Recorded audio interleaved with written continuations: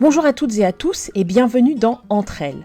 Je m'appelle Tombani Kouloufoua et j'ai décidé de lancer ce podcast pour partager avec vous des profils et des itinéraires de femmes du monde. Dans ce podcast, vous écouterez des femmes donc parler entre elles avec bienveillance et empathie de leurs histoires personnelles et de leur parcours professionnel.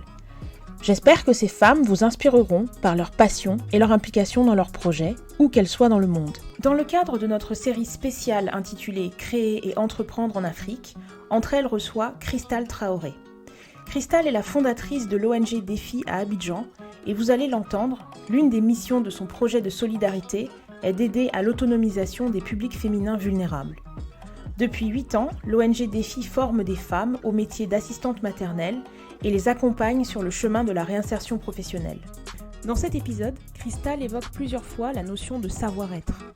Je me permets de vous en donner la définition telle qu'elle me l'a communiquée. Ce terme désigne les compétences relationnelles et les règles pour bien fonctionner en société, telles que la courtoisie, la ponctualité ou encore la politesse. Voici notre conversation enregistrée à distance entre Londres et Bordeaux. Bonjour Christale. Bonjour Tombani. Alors, je te propose de rentrer tout de suite dans le vif du sujet. Tu es la fondatrice de l'ONG Défi à Abidjan et tu es psychologue de travail de formation. Tout à fait. Alors, je te propose de nous expliquer quelle est ta relation avec la Côte d'Ivoire, pour commencer. Alors, c'est très simple. Je suis ivoirienne de nationalité, ivoirienne de cœur aussi. Donc, j'ai grandi, je suis née moi sur la Côte d'Ivoire. J'ai grandi jusqu'à l'âge de 16-17 ans sur Abidjan, dans différents quartiers. Et voilà, j'ai toujours eu un attachement particulier pour mon pays d'origine et de naissance. Et du coup, c'est tout naturellement que après mes études, j'ai décidé, après mes études et une expérience professionnelle conséquente dans le domaine de l'insertion professionnelle, j'ai eu la possibilité justement de revenir sur Abidjan pour pouvoir mettre en place quelque chose de l'ordre du social. Et voilà, donc ça s'est fait en 2012 où je suis revenue donc sur Abidjan et j'ai créé l'ONG Défi. Alors, est-ce que tu peux nous dire ce que veut dire Défi ? C'est un acronyme ? Exactement, c'est un acronyme qui veut dire développement, enfance, formation, insertion socio-professionnelle. Donc, ce sont sur ces volets-là qu'on a axé nos missions. En tant qu'ONG. Et juste pour revenir un petit peu en arrière, donc quand tu quittes la Côte d'Ivoire, parce que donc tu n'as pas fait tes études supérieures en Côte d'Ivoire, quand tu quittes la Côte d'Ivoire et que tu pars, est-ce que tu as le projet de revenir à un moment ou à un autre ? Est-ce que tu avais déjà un peu cette idée d'un projet d'ordre caritatif, ou est-ce que c'est venu finalement après tes études et après ta première expérience professionnelle ? Alors, je dois t'avouer qu'à l'âge de 17 ans, je n'avais aucune visibilité sur mon avenir personnel et professionnel. Ça s'est fait en fait lorsque j'ai découvert la psychologie et la relation d'aide et d'entraide. Donc, j'ai travaillé tout de suite après dans l'insertion professionnelle, pendant et après mes études. Et du coup, c'est vrai que à partir de ce moment-là, j'ai vraiment eu envie de mettre en place certaines choses que je trouvais qui manquaient un petit peu, alors avec l'image que j'avais bien sûr de mon enfance, qui manquait en Côte d'Ivoire. Donc, c'est vraiment dans ces années-là, on va dire dès 2005, par là que j'ai commencé à imaginer un projet, mais qui finalement a pris le temps déjà de mûrir et de se préciser pour que je puisse le mettre en place à partir de 2012. Et tu as touché à quelque chose que je trouve assez intéressant et qu'on n'explore pas souvent. Je suis comme toi, j'ai grandi en Côte d'Ivoire et je trouve que quand on grandit dans un pays comme celui-là, dans un environnement somme toute assez protégé, etc., c'est très différent de la réalité professionnelle, en fait, d'une personne adulte. Et donc, ma question, c'est est-ce qu'il y a eu une progression est-ce que tu revenais régulièrement en Côte d'Ivoire entre le moment où tu es parti et le moment où tu as lancé l'ONG ? Et donc, est-ce que tu t'es rendu compte de ça ? Ou est-ce que finalement, tu vois, tu t'en vas et puis tu reviens quelques années plus tard et tu découvres à ce moment-là ce que c'est la réalité professionnelle d'un adulte en fait en Afrique, parce que c'est beaucoup plus compliqué que ce que tu peux que ce que tu peux vivre dans un environnement comme celui de la France en fait. Oui, exactement. Alors, j'avais la chance d'avoir mon père qui y vivait. Donc, c'est vrai que je faisais quand même des allers-retours. Mais, entendons-nous bien, c'était vraiment des courtes périodes. C'était pendant les vacances. Donc, 3 semaines là, 1 mois là. Et c'est vrai que je suivais l'insertion socio-professionnelle de loin. Donc, je n'étais pas encore confrontée, même en tant que jeune adulte, je n'étais pas encore confrontée aux réalités du terrain.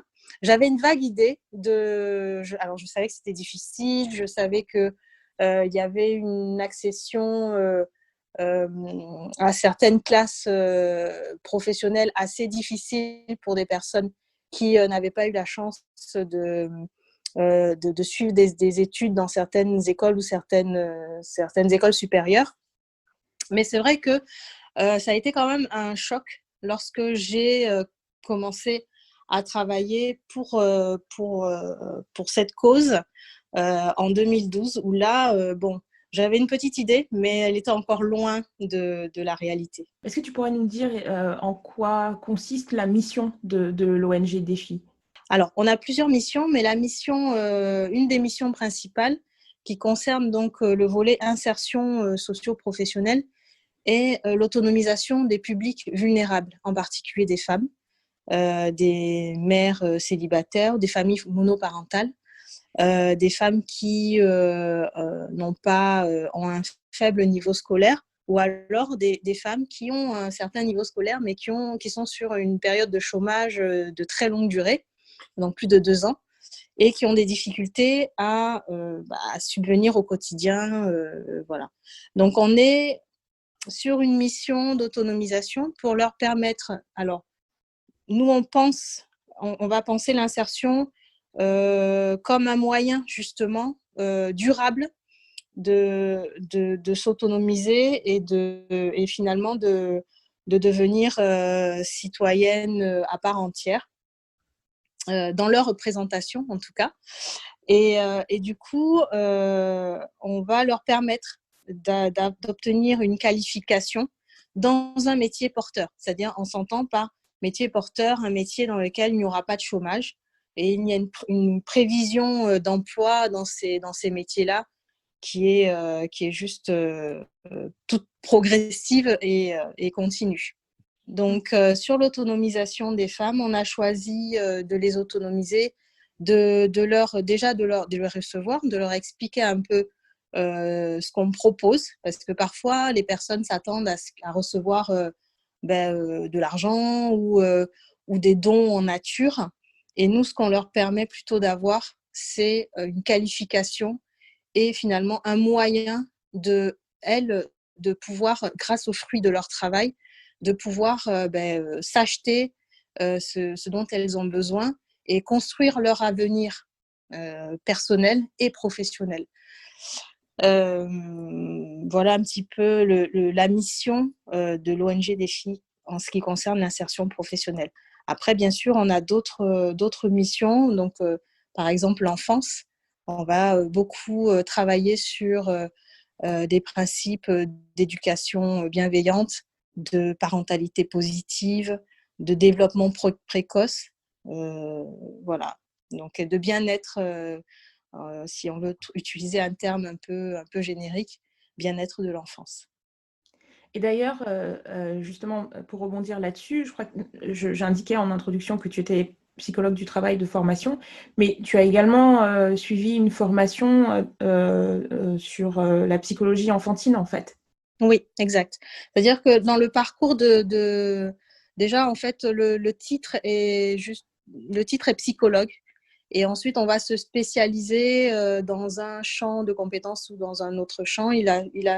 Alors moi, pour ma part, en premier lieu, je me suis spécialisée dans tout ce qui est ressources humaines. Et c'est vrai qu'en tant que maman, je regardais d'un œil très intéressé à l'époque pour moi-même tout ce qui était psychologie de l'enfance, puisque je suis maman de 3 enfants. Et c'est vrai que voilà, ça me permettait aussi de suivre aussi certains principes, certaines théories, même si elles sont quand même toutes différentes. Et sans vouloir entrer dans dans le débat, je n'adhère pas à toutes les théories en matière de psychologie de l'enfance. Mais oui, j'ai pu avoir une formation en ressources humaines, donc en psychologie du travail, pour travailler auprès de cabinets de recrutement et auprès aussi dans le domaine de l'insertion, de la fonction publique, etc. Et je me suis formée aussi sur tout ce qui est psychologie du développement, psychologie de l'enfance et de l'adolescence. Tu m'avais raconté une anecdote quand tu es rentrée en Côte d'Ivoire, parce que ces populations vulnérables féminines, vous les formez donc au métier de l'enfance en particulier. Et Oui. tu m'avais raconté que tu avais été assez choquée en fait quand tu es rentrée de l'image qu'avaient ces métiers et des réflexions que tu avais entendues. Est-ce que tu peux nous parler un peu de ça? Oui, absolument. Donc, quand je suis rentrée, c'est vrai que une des premières inquiétudes était de comment est-ce que j'allais pouvoir sécuriser en fait ma famille pendant que j'allais mettre en place moi des activités professionnelles. Donc j'ai fait un peu le tour auprès de moi pour voir un peu quelles étaient les structures où les personnes pouvaient accueillir et participer au développement de mon fils qui à l'époque avait 2 ans. Et c'est vrai que le retour que j'ai eu était très négatif, très inquiétant, je vais dire, par rapport au fait qu'il n'y avait pas ces personnes qui finalement étaient censées être des professionnels, parce que quand même, nos enfants, ce sont quand même nos trésors. Donc, on veut forcément que les personnes qui s'en occupent le fassent bien et aillent au-delà juste de d'une juste surveillance. C'est-à-dire qu'elles vont participer donc au développement de nos enfants. Et c'est vrai que j'étais assez surprise de voir qu'il n'y avait rien n'était mis en place. En tout cas, pas de l'idée de ce que je me faisais de ce métier. Il n'y avait pas une institution qui réglementait cette profession, ni qui veillait à ce que ces personnes aient reçu la formation pour avoir une qualification, un minimum de compétences et de savoir-faire et de savoir-être aussi, parce que c'est un métier quand même qui est bien particulier. Et donc, c'est vrai que c'était un peu inquiétant. Et d'un autre côté, en discutant aussi avec du personnel qui exerçait dans ces métiers-là, le retour que j'avais de ces personnes, finalement, elles ne le voyaient pas vraiment comme un métier. Et il y avait quand même aussi une détresse et une insatisfaction de leur part sur la représentation qu'avaient les employeurs sur ce métier-là. Donc, c'était intéressant de confronter en fait cette double vision, ce double regard sur cette profession qui, à mon sens, est une profession noble et pour laquelle il faut avoir un sacré courage, à la fois pour embaucher une personne et laisser ses enfants auprès d'une personne qu'on ne connaît pas, et à la fois aussi pour s'occuper d'un enfant qu'on ne connaît pas et de manière adéquate. Et c'est vrai qu'il y a souvent cette idée que parce qu'on a eu des enfants, on peut s'occuper des enfants des autres ou que c'est la même chose, alors que c'est tellement différent, ça n'a absolument rien à voir. L'ONG des filles aujourd'hui à Abidjan, c'est combien de personnes? À quoi ressemble ton équipe sur place? Alors, mon équipe, elle est c'est une mini-équipe. Une mini-équipe efficace. On va avoir à peu près 3 salariés au niveau de l'ONG, donc des salariés à temps plein. et surtout des bénévoles, on va dire 5 bénévoles qui consacrent une partie de leur temps et de leur énergie et qui le font de manière sublime, vraiment. Donc, cette équipe de 8 personnes, c'est une mini-équipe, mais une super mini-équipe. Et le profil des femmes que vous formez, parce que ce qui est intéressant, c'est que du coup, tu ne te tournes pas nécessairement vers des femmes qui ont déjà une expérience préalable dans le secteur de l'enfance, en fait. Ce qui est intéressant, c'est que tu cherches des profils et tu assures toi-même la partie recrutement. Oui, du début à la fin, parce que je veux verrouiller à tous les niveaux. On va après former et accompagner en poste de manière à être sûr des compétences acquises pendant la formation. Donc, ça passe par plusieurs étapes. Donc déjà, on rencontre toutes les semaines, on rencontre des dizaines de candidates et on va les évaluer, plus au niveau, comme tu l'as dit, plus au niveau du potentiel qu'au niveau d'une expérience professionnelle avérée. Donc, il y a des tests. Alors là, c'est du coup ma partie psychologue du travail qui va me servir. Donc, j'ai imaginé et construit des tests spécifiques pour pouvoir sélectionner les candidates qui, pour moi, vont pouvoir assurer en termes de savoir-être, vont pouvoir correspondre à ce qu'on attend d'une bonne assistante maternelle, donc avec des qualités requises, bien sûr, et une posture à avoir. Et ça, ça s'apprend pas en quelques mois. C'est vraiment on va dire, j'ai des tests de personnalité. Et la personnalité, on sait que ça fluctue pas comme ça, même avec une formation. Donc, on a toute une batterie de tests qui vont servir à la sélection. Et ensuite, on va leur permettre d'intégrer la formation qui va durer 2 mois à temps complet. Où là, c'est un regroupement collectif. Donc, ce sont des petits, c'est un petit collectif maximum d'une vingtaine de stagiaires, parce que plus après, lorsqu'on va, alors au niveau de la formation, on est sur de la théorie, mais aussi beaucoup sur de la pratique.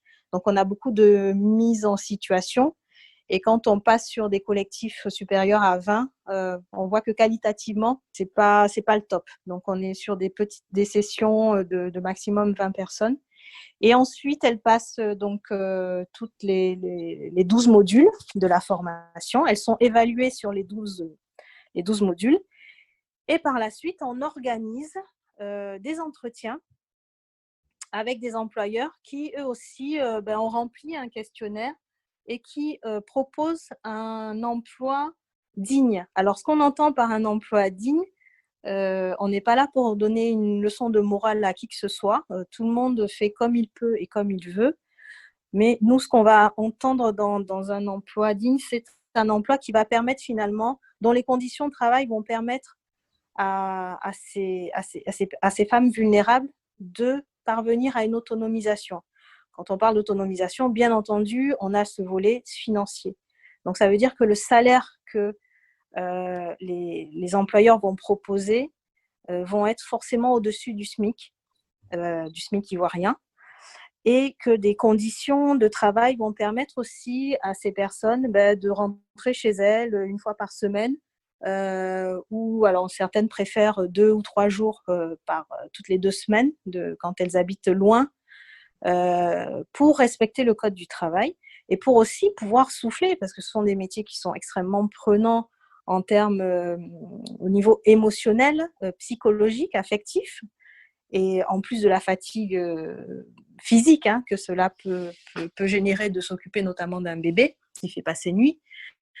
Mais en plus, voilà, ces personnes, il faut qu'elles puissent aussi conserver leur lien social avec l'extérieur, et donc pouvoir rentrer chez elles, soit tous les soirs, ça dépend. Il y en a des employeurs qui ne souhaitent pas avoir des personnes chez elles le soir, soit au moins un jour de congé par semaine, ou 2 voire 3 toutes les quinzaines, voilà. Donc, on va sécuriser aussi le recrutement et les conditions de travail.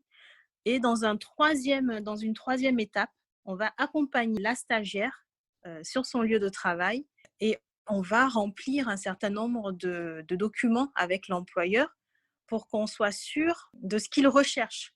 Et c'est important que dès le départ, l'assistante maternelle, lorsqu'elle part en poste, elle puisse savoir quels sont les attendus.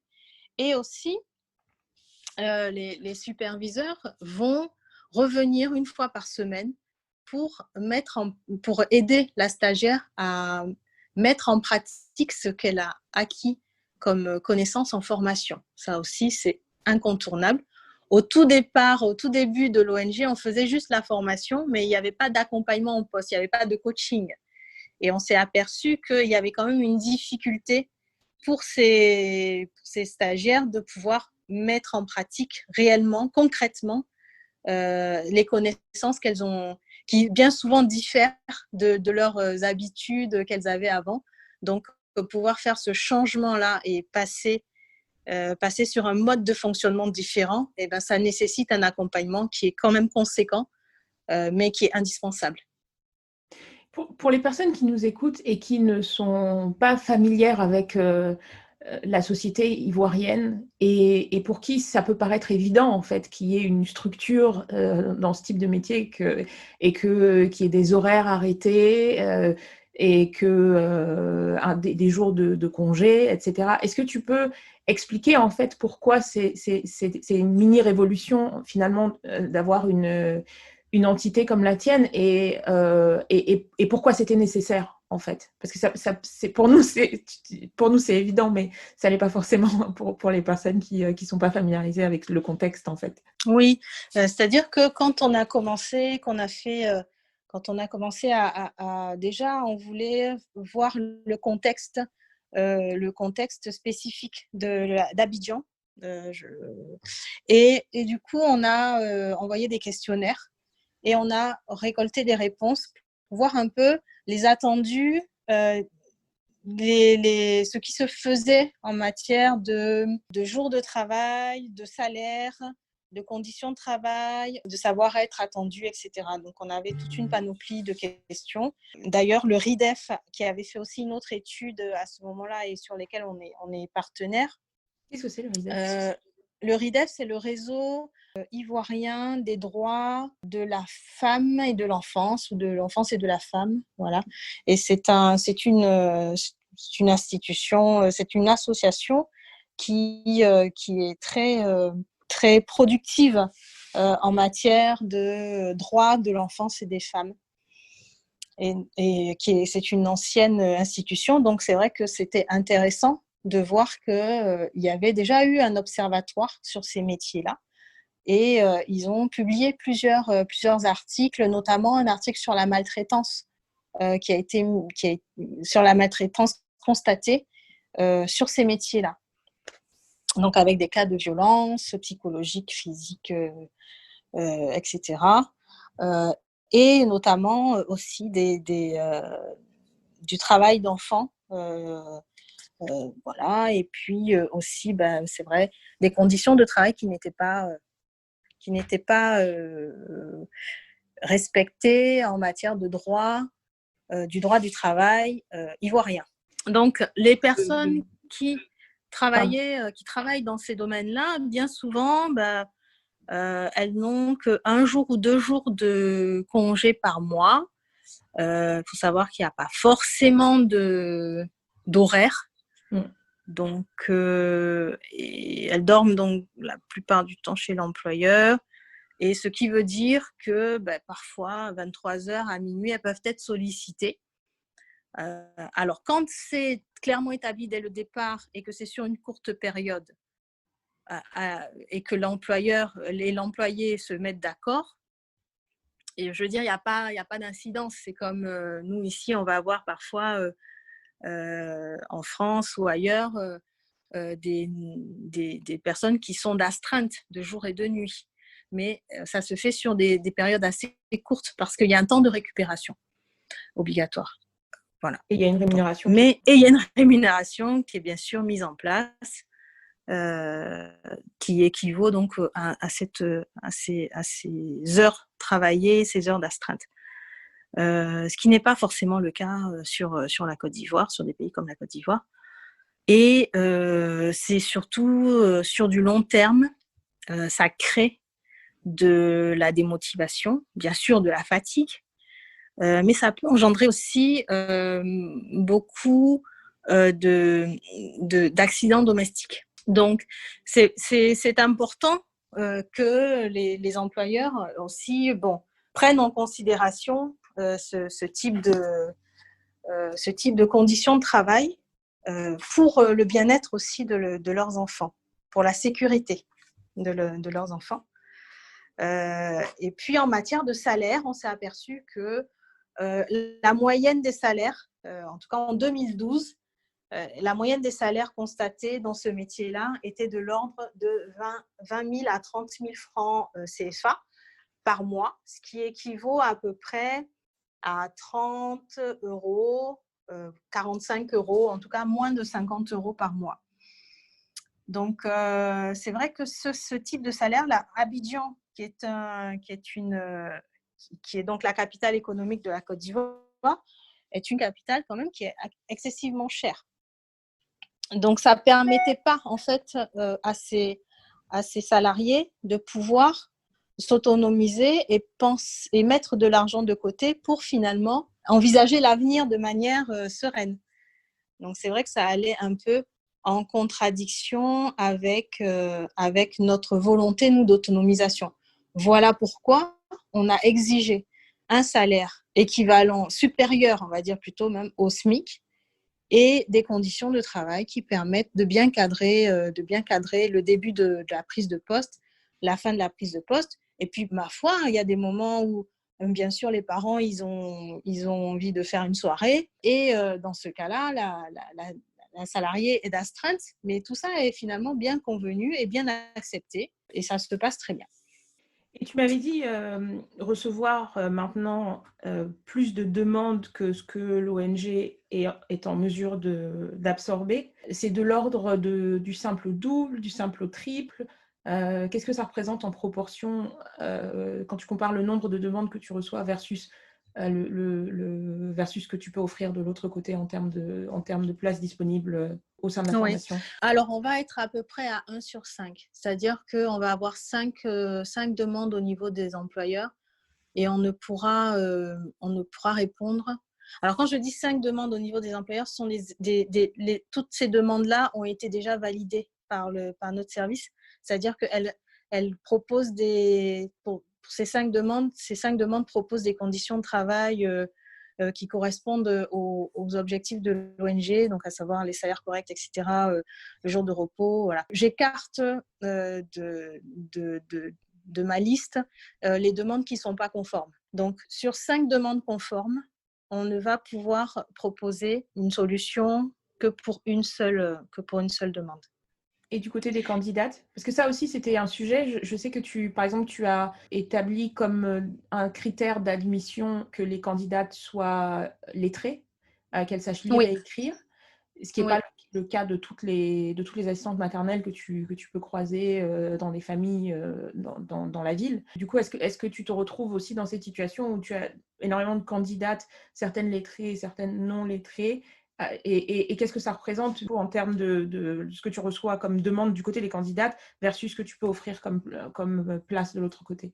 Alors, au niveau des candidates, sur la formation d'assistante maternelle, effectivement, on demande à ce qu'elles sachent un minimum lire et écrire parce qu'on n'aura pas la possibilité de les former sur l'alphabétisation. Et en plus, il y a tellement d'ONG et d'associations qui le font et qui le font très bien. Mais pour nous, on a besoin d'avoir notamment quelqu'un qui va pouvoir rédiger un rapport journalier quotidien aux parents, qui va pouvoir lire une histoire à un enfant, qui va pouvoir lire une médication pour un enfant. Voilà.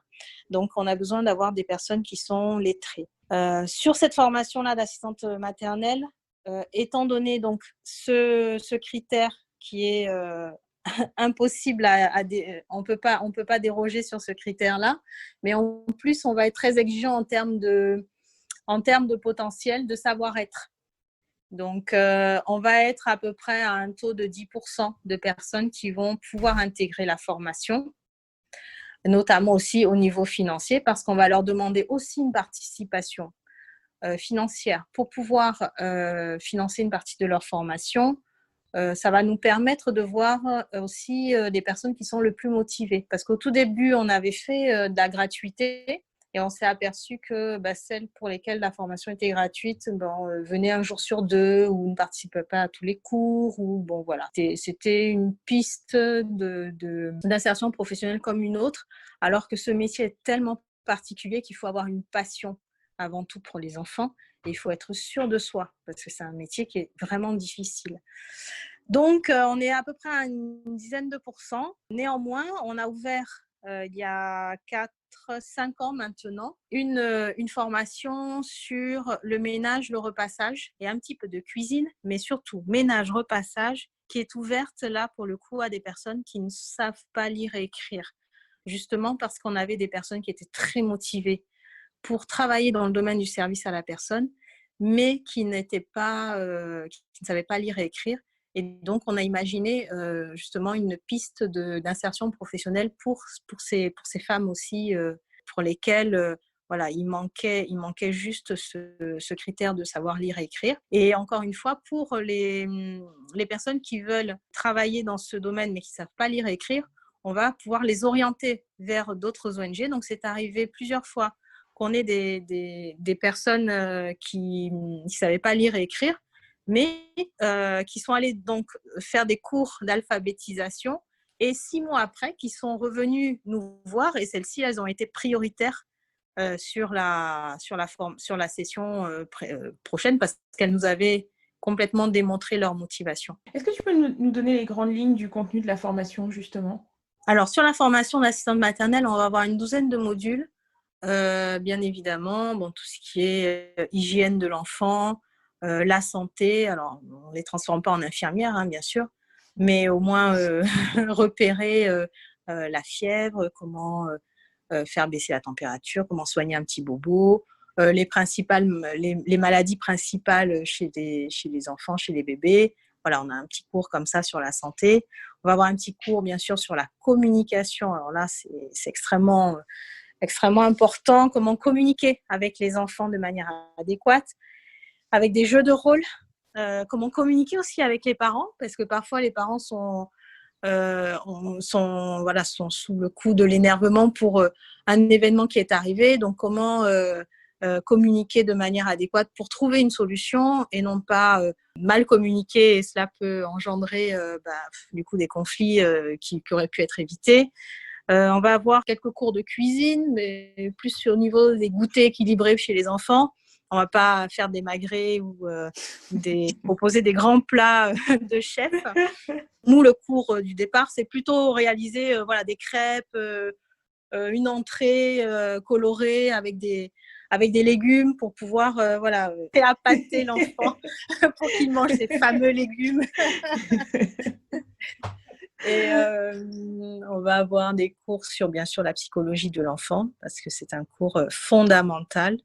Et même pour les nounous, les futurs nounous, les futurs salariés, c'est un cours qui fait office de révélation, en fait. Même pour elles, qui sont la plupart du temps, elles sont mamans. Donc, elles voient un peu parfois des erreurs, si on peut appeler ça des erreurs, parce que parfois, c'est juste une différenciation culturelle, en fait, hein. Donc, elles voient et puis elles font différemment. Et puis après, elles viennent nous dire « Ah, mais ça a marché finalement. Maintenant, je fais différemment avec mon fils. » Donc voilà, ça, c'est super d'entendre ça. On va avoir aussi des cours liés à l'art de la table, bien sûr le ménage. Alors, le ménage, tout ce qui est écologique. Nous, on est vraiment pro produits non toxiques. J'ai une double question. Qu'est-ce que les candidates ou donc assistantes maternelles à la fin de la formation reçoivent comme certification au terme de la formation? Et d'autre part, est-ce qu'il y a en Côte d'Ivoire une formation reconnue par l'État ivoirien pour devenir assistante maternelle? Sur ta première question, elles reçoivent une attestation de fin de formation. La formation n'est pas diplômante et on n'a pas encore pu trouver le chemin pour pouvoir avoir une formation diplômante. Je pense que les moyens doivent être assurés par du coup là l'État ivoirien pour pouvoir rendre ces formations diplômantes. Aujourd'hui, à ma connaissance, il n'y a pas de formation diplômante sur ce métier d'assistante maternelle. Et il y a également une convention de l'Organisation internationale du travail sur les travailleurs et travailleuses domestiques qui n'a pas été ratifiée par la Côte d'Ivoire Oui, pour l'instant, oui, une convention de 2011. oui. À ma connaissance, elle n'a toujours pas été ratifiée. Avec le RIDEF, justement, il y avait eu tout un travail de fait pour demander à ce que l'État ivoirien ratifie la Convention du Bureau international du travail en matière de reconnaissance justement de ces métiers-là. À ma connaissance, on n'a pas encore ratifié ce projet-là. Au niveau des employeurs, il y a également une grande diversité parce que on pourrait penser à tort que du coup, tes assistantes maternelles se retrouvent uniquement dans des familles très favorisées, dans des milieux forcément des couches supérieures. Mais en fait, la réalité, c'est que c'est très, très mixte en fait. Exactement. Et ça, ça me tenait à cœur. Vraiment, on voulait démocratiser justement le fait que toutes les mamans, tous les papas, ils veulent le meilleur pour leurs enfants et qu'ils puissent accéder justement par notre biais à une intervenante en petite enfance sans forcément que ce soit des parents qui soient directeurs d'entreprise ou Fortunés. et voilà, ou fortunés. Et c'est le cas. C'est-à-dire qu'au tout début, ça a été un peu quand même, on doit l'avouer, des personnes qui avaient la possibilité d'un certain salaire correspondant au SMIC. Et puis, plus l'ONG s'est fait connaître, plus on avait de nounous sur le terrain et plus, en fait, on s'est aperçu que les familles de la classe moyenne trouvaient finalement que la nounou du voisin ou la nounou de tel enfant qui est tellement super que elle pouvait finalement proposer aussi, accepter de mettre en place des conditions de travail en termes de salaire, mais pas que. C'est pas toutes les familles aussi, toutes les familles ne vont pas forcément dès le départ se dire ah bon le dimanche c'est sûr que je vais pas avoir de nounou. Donc tout ça c'est un travail de longue haleine et qui a apporté ses fruits. Et finalement, on reçoit des demandes de la part des employés comme des cadres sup pour s'occuper finalement de leurs enfants, de leur famille. Et certains disent ouais, c'est vrai que le salaire, moi j'ai pas l'habitude de mettre autant, mais quand je vois les nounous, je pars au travail, je suis rassurée et ça n'a pas de prix. Je suis d'accord avec ça. Et est-ce que tu savais dès le départ que tu allais te tourner vers ce schéma-là? Parce que c'est vrai qu'en fait, la structure que tu as mise en place, elle aurait pu fonctionner aussi dans un format de société classique, en fait. Mais ce n'était pas ce que tu voulais, parce que tu voulais vraiment apporter un soutien. Et puis, comme tu disais au début, les formations étaient gratuites, etc. Je pense que ça, c'est vraiment un trait commun, que ce soit une entreprise ou que ce soit une association. À partir du moment où on va démarrer quelque chose depuis le début, on n'a pas une vision, on a une vision globale, on a la finalité. On aimerait bien, on sait ce qu'on veut au final, mais on est loin d'imaginer toutes les étapes et les entraves qu'on va rencontrer, les obstacles. Et après, mais c'est formidable parce que c'est un apprentissage. Donc, je pense que tant qu'on le voit comme un challenge, on arrive à sauter les étapes. Après, voilà, ça peut devenir aussi une souffrance ou une angoisse. Et c'est là où, à partir de ce moment-là, peut-être se faire aider ou se faire conseiller. Moi, j'ai eu la chance d'être entourée, déjà par mon mari et par des structures et des personnes qui, dès le départ, ont cru aussi à ce projet. Donc, des personnes qui m'ont donné des conseils. Mais c'est vrai que ça ne s'est pas fait dans la simplicité ni dans la fluidité. On a eu plus d'un an, on a mis plus d'un an à mettre tout en place. C'est vrai que comme moi, je suis aussi très précautionneuse, on va utiliser un terme positif pour ne pas dire une angoissée. Du coup, je voulais verrouiller un certain nombre de choses, donc d'où le passage du questionnaire, d'où déjà vraiment avoir une démarche scientifique avant de mettre en place cette structure. Dès le départ, je savais que ça allait être soit une association, soit une ONG. Parce que ce que je voulais, c'était avoir cette mission sociale et que tout se passe sous ce regard-là, sous cet axe de vue, et non pas sous un regard, même si je n'ai aucun problème avec les entreprises, avec la rentabilité, avec les notions financières, je ne voulais pas. Voilà. Je voulais vraiment un axe social avant tout, de solidarité. Et donc voilà pourquoi j'ai choisi ce format-là. Et avec du recul, je me dis que j'ai vraiment bien fait. Parce que de toute manière, quand je vois aussi toutes les charges auxquelles on est confronté, malgré le fait qu'on est des personnes bénévoles, s'il fallait transformer ce bénévolat-là en activité salariée, je pense qu'aucune entreprise ne survivrait.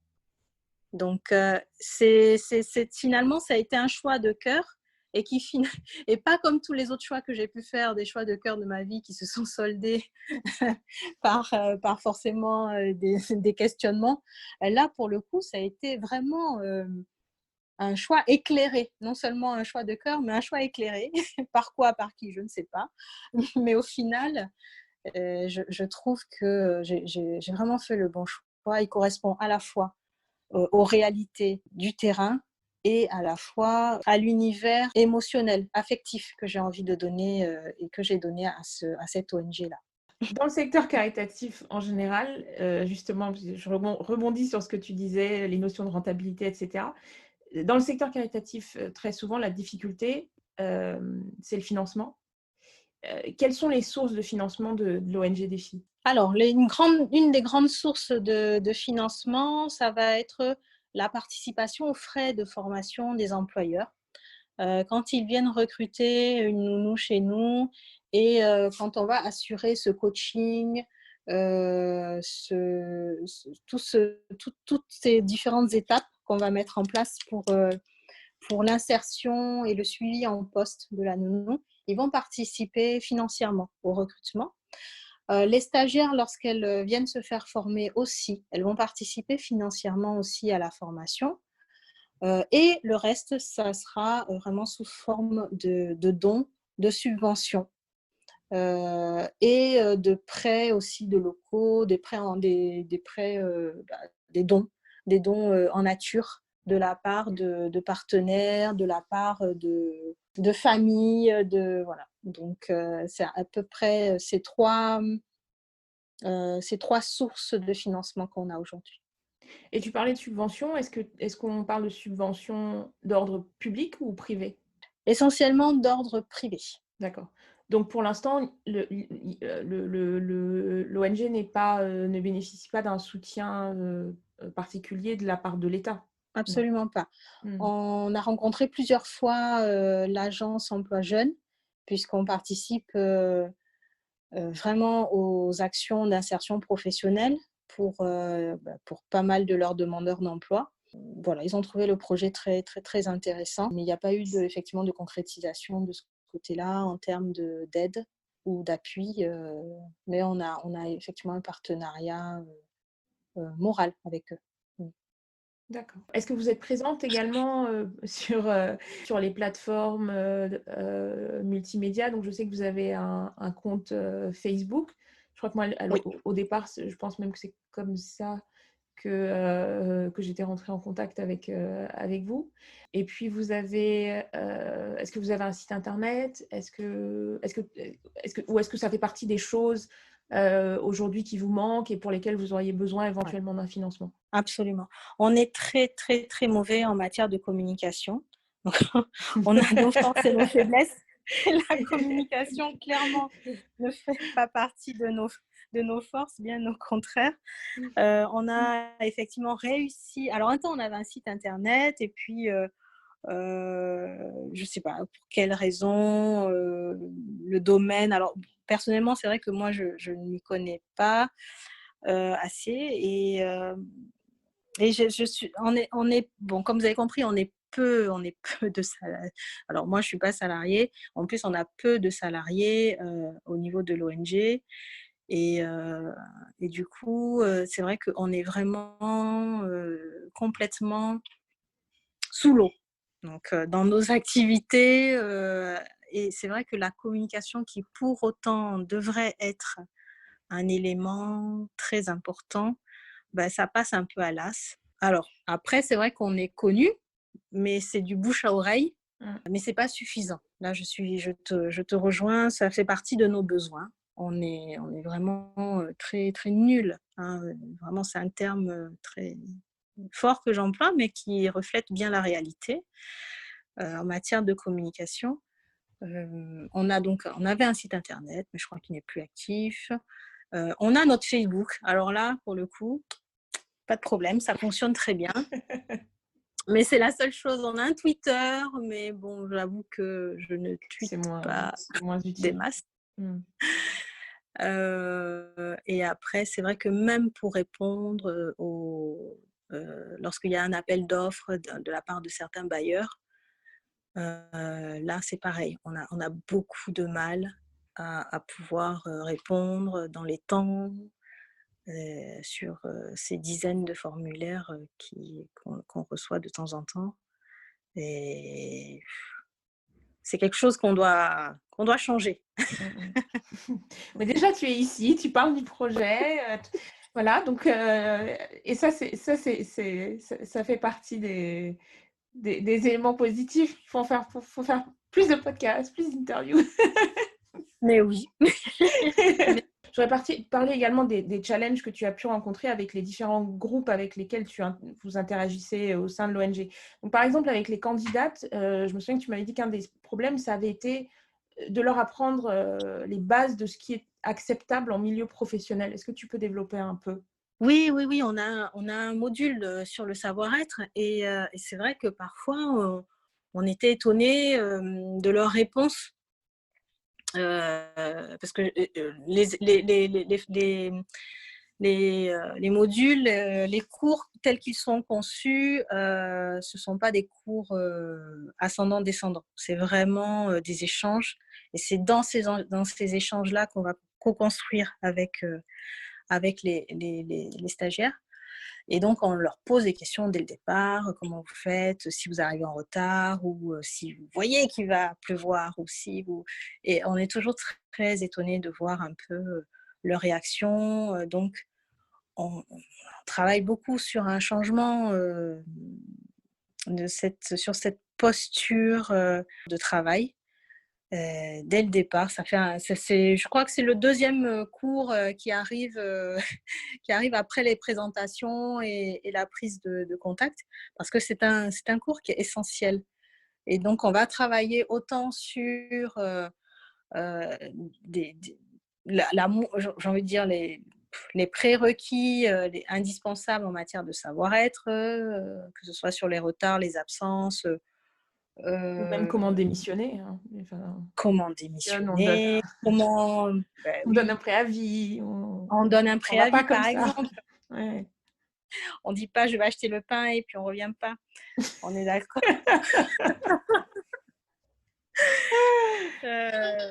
Et sur la gestion quotidienne, à quel moment est-ce qu'on peut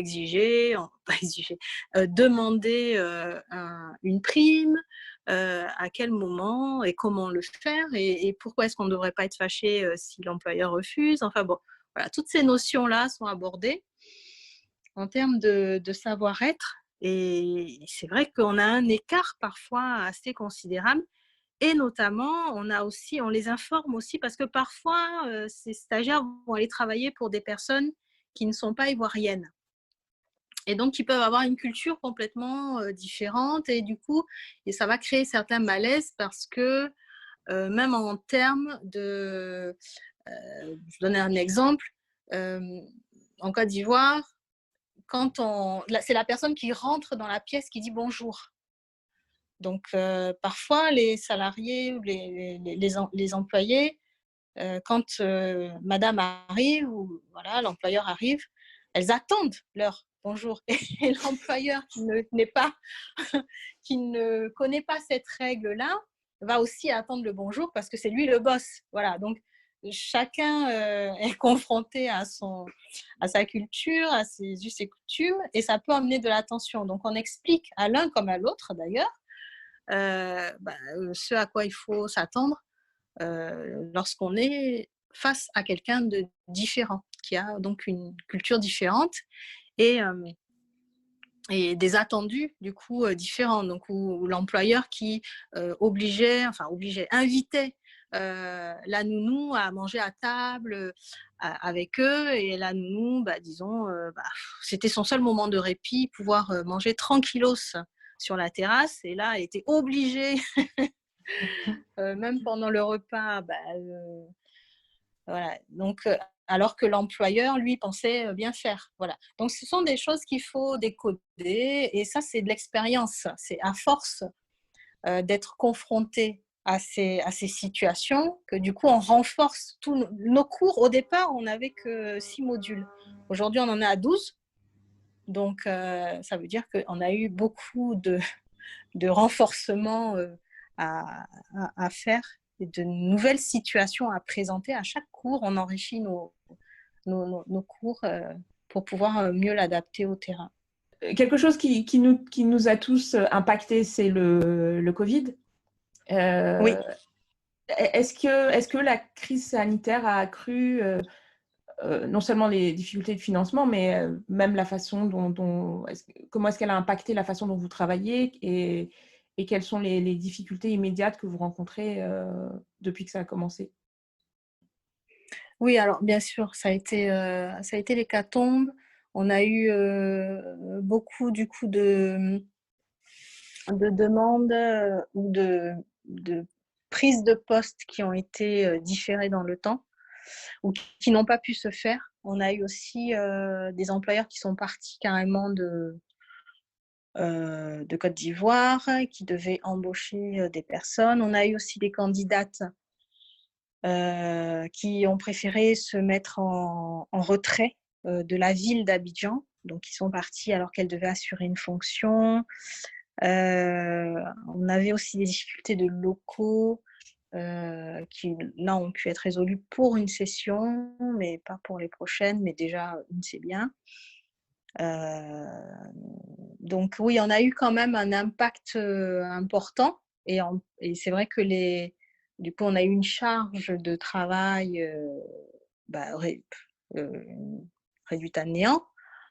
Pour autant, on a quand même fait le choix de maintenir les salaires des trois salariés, tant bien que mal. C'était très, très compliqué financièrement.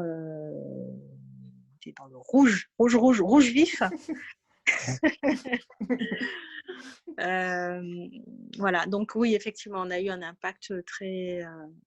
mais ça, là, ça a l'air d'être un peu... Depuis le mois de juillet, c'est reparti un peu en hausse. On a de nouveau des demandes de la part, que ce soit des familles ou que ce soit des candidates, qui reviennent, et qui reviennent un peu sur le territoire abidjanais.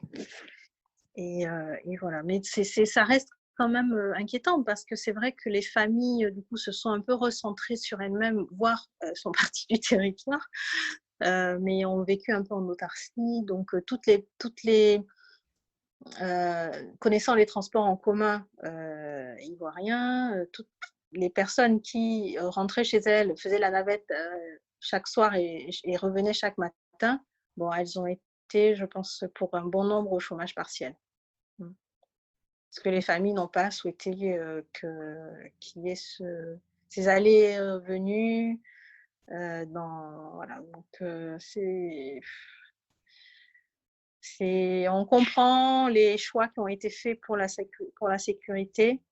La plupart du temps, il y a eu quand même un maintien de salaire. Donc ça a été quand même bienvenu. Ça veut dire aussi que les familles qui font appel à nous ont aussi on le savait déjà, hein, puisque elles mettaient en place des conditions de travail qui sont assez top pour leurs employés. Donc du coup, elles ont un fort, une responsabilité sociale qui est vraiment présente. Et puis ça a eu un impact sur toi aussi, puisque sur ta logistique, puisque normalement tu continues toi à assurer. Alors on n'en a pas parlé, mais donc tu as lancé l'ONG en 2012, donc tu as quitté la France pour venir lancer ce projet, mais c'était de toute façon un séjour qui était temporaire. Et donc tu avais prévu de repartir, et c'est ce que tu as fait au bout de quelques années, et tu continues à gérer l'ONG à distance en fait. Oui, exact. C'est-à-dire que j'avais 5 ans, moi, de disponibilité de la part de mon employeur ici en France. Et au terme de ces 5 années, ben voilà, je savais bien que je devais rembrayer sur la France au niveau professionnel. Alors, ça a été un peu dur parce qu'effectivement, j'ai mis tout mon cœur, moi, au niveau de l'ONG des filles. Et vraiment trouver quelque chose, alors, même si le travail que je fais est quand même passionnant et très intéressant, le fait d'avoir créé une structure, de l'avoir mise en place et que ça fonctionne et qu'il y en a une vraie utilité sociale, c'est vrai qu'en contrepartie, c'est un peu douloureux de m'être éloignée. Alors donc du coup, je continue à chapeauter de loin, mais les équipes l'équipe qui est présente a vraiment gagné en autonomie. Et la dernière année, avant mon départ, mon choix a été vraiment de les autonomiser sur les différentes fonctions, même si je conserve quelques activités, quelques actions pour beaucoup d'activités, beaucoup de tâches liées au quotidien. Elles assurent vraiment très bien. Et donc, ce que tu Voilà. fais normalement, c'est que tu rentres au début de chaque session, c'est ça? En tout cas, c'est ce que tu avais fait. Alors, malheureusement, financièrement, je ne peux pas me le permettre. Je ne peux pas me permettre de partir chaque session. Ça a été fait la première année de mon Oui, c'est ça, parce que départ. je me souvenais que la première année, tu avais fait ça. Oui. Ouais, la première année de mon départ, ça a été fait. Là, depuis 1 an, c'est pas le cas. Faut savoir aussi qu'entre-temps, j'ai eu un petit bébé. Tous les 3 mois, c'est compliqué de le laisser, c'est impossible même de le laisser. Je suis très fusionnelle avec mes bébés. Après, ils grandissent, ils sont moins fusionnels avec moi, mais c'est eux qui sont moins fusionnels. Moi, je suis toujours autant fusionnelle, mais ils ne veulent plus. Donc, voilà. Donc, c'est vrai que cette année, ça a été différent. En même temps, j'ai pu rencontrer une bénévole, une psychologue de l'enfance qui s'est installée sur Abidjan et vers qui à qui j'ai donné les cours, le module de psychologie de l'enfance, l'éveil. Et elle assure très bien. Les candidates sont hyper contentes, les stagiaires, elles sont ravies. Donc voilà, c'est vrai que c'était un cours important. Et tant que je n'avais pas un relais qui permettait justement de reprendre, de garder ce module-là fondamental pendant la formation, ben, je faisais les allers-retours. Et là, depuis 3 sessions, j'ai ce relais-là avec Madame Delafaille. Et ça m'enlève une épine du pied parce que c'est vrai qu'elle le fait très très bien. Donc ça se passe très bien. Et donc, le recrutement aussi, c'est elle qui le fait maintenant? Alors, la présélection, à force parce que je ne faisais jamais seule. Donc, j'avais toujours l'assistante RH qui était avec moi. Et du coup, à force de voir un peu les tests, etc., de la présentation, ce qui m'avait fait tiquer lors de l'entretien, voilà. Donc, du coup, elle a appris en fait à faire une présélection. Mais pour la sélection finale, ça se fait en visio, Skype ou WhatsApp, ou les deux, en alterné, en fonction en fonction de l'état d'internet. Du coup, voilà, je garde quand même la partie sélection finale. Parlons de tes projets maintenant, et des projets que tu as même au niveau de l'ONG. Tu nous as parlé un petit peu tout à l'heure des difficultés, des choses que tu voudrais mettre en place, comme le site internet. Est-ce qu'il y a d'autres choses que tu as en tête pour l'ONG, court ou à moyen terme, ou même à long terme? Oui. Oui, absolument. J'ai beaucoup de projets. Certains ne sont pas réalistes et d'autres le sont. Il faut de tout. Parmi les projets réalistes, il y a la sortie d'un guide, le guide de l'employeur. Parce qu'effectivement, c'est vrai qu'on travaille beaucoup au niveau des stagiaires et des employés, des futurs employés, euh, à leur apporter des compétences, un savoir-être, un savoir-faire compatible avec la profession. Mais c'est important aussi de présenter aux employeurs aussi un mode d'emploi sur comment recruter. Déjà, pourquoi recruter et comment le faire, comment gérer un salarié, un employé de maison, qui est un statut quand même particulier parce que l'employé de maison a accès quand même à votre vie intime et en même temps, ça reste un employé. Donc, comment, au niveau psychologique, comment tout cela est vécu et comment dealer aussi avec cette fonction qui est quand même particulière. Donc, ça fait référence aux notions bien sûr, de sécurité, mais aussi aux notions de motivation. Comment on va motiver l'employé, comment est-ce qu'on va aussi mettre en place des barrières. Voilà, donc toutes ces notions-là sont abordées. Et puis, comment aussi mettre fin au contrat de manière à ce qu'il n'y ait pas de répercussions négatives. Donc, dans ce guide-là, on répond à toutes ces questions. On aimerait beaucoup trouver des financements pour pouvoir l'imprimer, parce qu'il est prêt à être imprimé.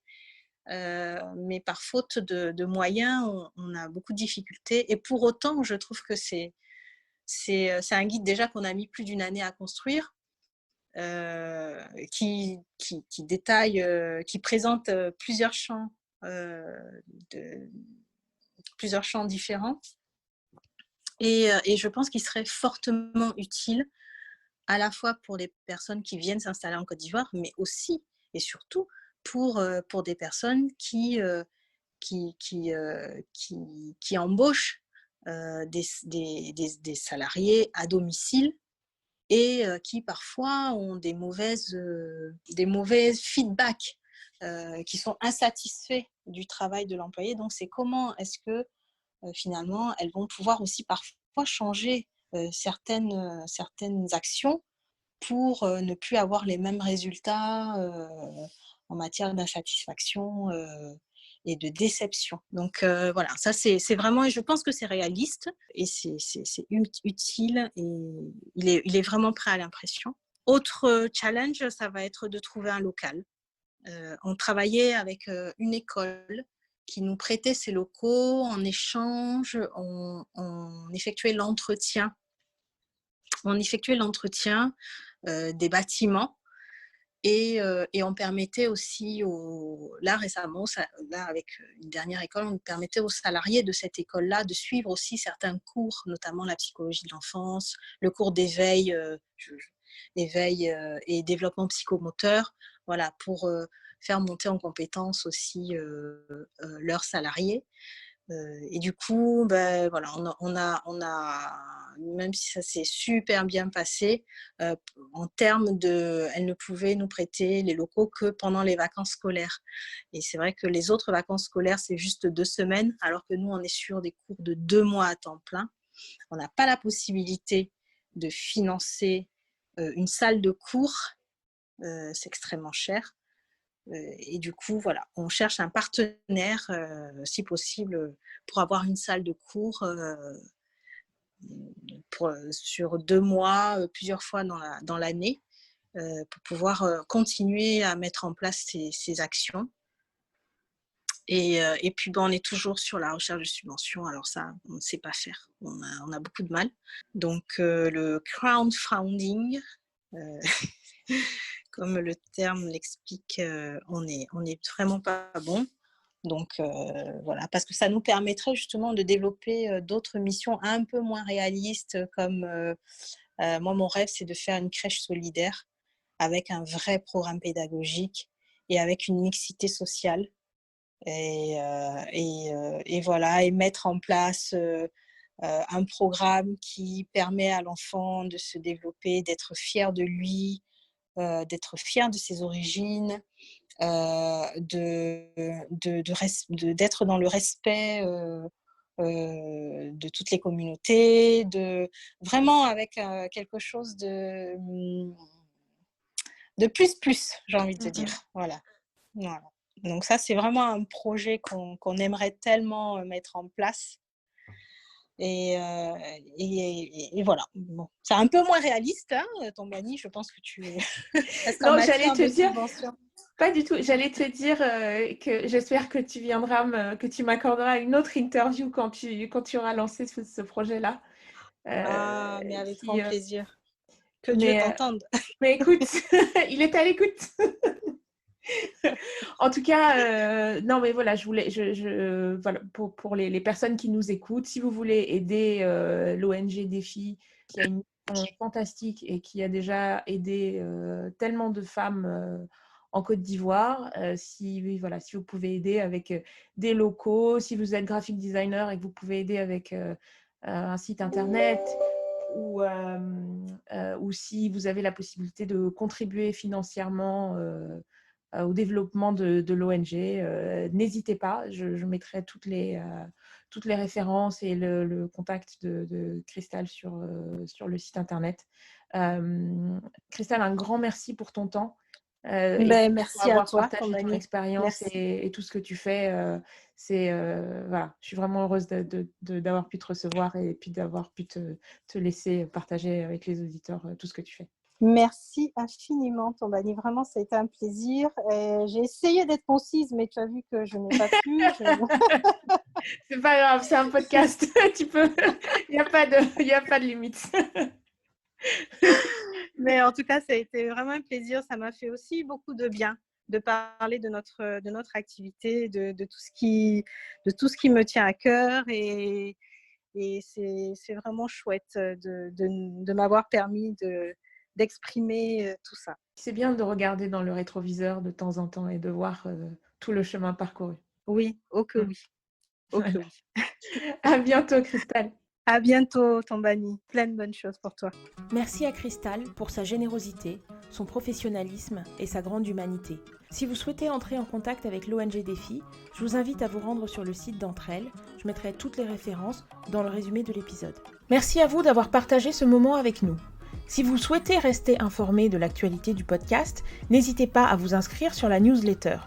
N'hésitez pas également à suivre Entre elles sur les réseaux sociaux, à commenter et à partager avec nous des profils de femmes qui vous inspirent. Enfin, pensez à laisser un avis sur vos plateformes de téléchargement afin de nous soutenir. Je vous rappelle l'adresse du site internet www.entre-l.com. Merci et rendez-vous la semaine prochaine pour un nouvel épisode d'Entre elles.